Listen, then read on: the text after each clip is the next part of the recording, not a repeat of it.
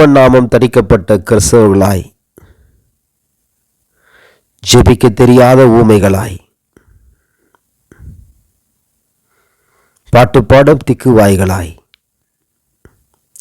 ஜனநாயக உரிமைகள் சாத்தானின் கூட்டத்தால் தடுக்கப்பட்டும் அழிக்கப்படவும் ஏவலை போல ஏவப்பட்டு கூலி ஆட்களால் வட இந்தியாவில் கிறிஸ்தவர்களும் இஸ்லாமியர்களும் தலித்துகளும் தாக்கப்படுவதும் ஒடுக்கப்படுவதும் சிறைப்பிடிக்கப்படுவதும் ஆலைகள் இடிக்கப்படுவதும் பொய் வழக்கு போடப்படுவதும்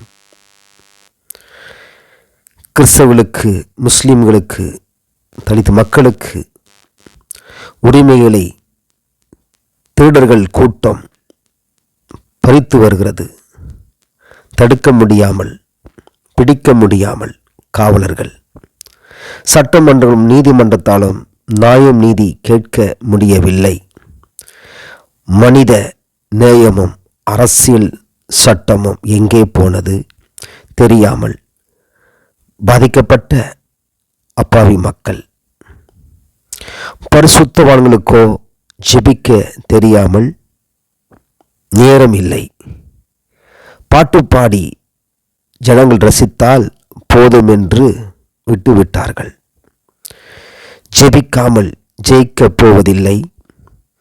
தேசம் பாதுகாப்புக்காக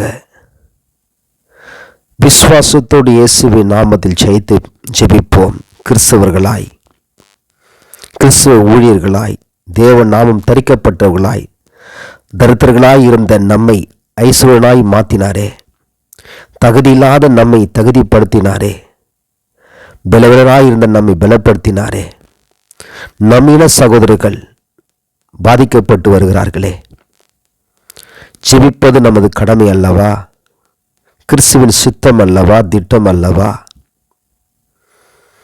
தேவ ஜனமே,